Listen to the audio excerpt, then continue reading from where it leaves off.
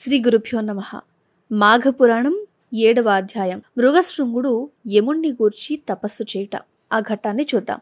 ఏనుగుకు శాప విమోచనమైన తర్వాత మరలా మృగశృంగునికి కావేరి నదిలో దిగి అకాల మృత్యువు వాతపడ్డ ఆ 3 కన్యలను బ్రతికించాలి అని యమధర్మరాజును గురించి తపస్సు చేయడం మొదలు పెడతాడు.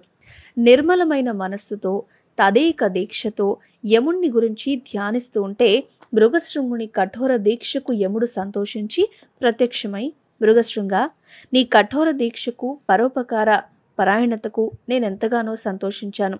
నా గురించి ఇంత దీక్షతో ఎవ్వరూ కూడా తపమాచరించి ఉండలేదు. నీకేం కావాలో కోరుకో, నీ అభీష్టాన్ని నెరవేర్చుతాను అని పలికాడు.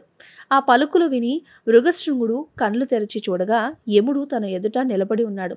వెంటనే చేతులు జోడించి, మహానుభావ, ఎంతటి తపస్సాలురకైనా దర్శనమివ్వని మీరు నాబోటి సామాన్యుడికి సాక్షాత్కరించటం నా పూర్వజన్మ సుకృతం తప్ప వేరేది కాదు. అకాల మరణం వల్ల ఆ 3 కన్యలు చనిపోయారు కాబట్టి వాళ్ళని బ్రతికించి నన్ను సంతృప్తిని చెయ్యి అని ప్రార్థిస్తాడు. మృగశృంగుని పరోపకార బుద్ధికి, దయార్ద్ర హృదయానికి యముడు సంతోషించి అతని కోరిక ప్రకారం ఆ 3 కన్యలకు ప్రాణదానాన్ని చేసి, మృగశృంగ, నీ భక్తికి మెచ్చితిని, నీ పరోపకార బుద్ధి నన్ను ఆకర్షించింది, నీకు జయము కలుగు కాక అని దీవిస్తే, మహాపురుష, మిమ్మల్ని సంతోషపెట్టడం సామాన్యమైంది కాదు. మిమ్ము స్తోత్రము చేసిన వారికి, విన్న వాళ్ళకి కూడా దుర్మరణాలనేవి కలగవు.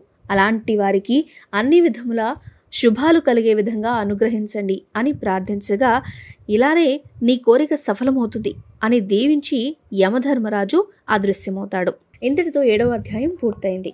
మాఘపురాణంలోని ప్రతి అధ్యాయాన్ని మీకు అందించే ప్రయత్నం చేస్తాం. ఈ వీడియో కనుక మీకు నచ్చినట్లయితే లైక్ చేయండి, షేర్ చేయండి, మా ఛానల్ని సబ్స్క్రైబ్ చేసుకోండి.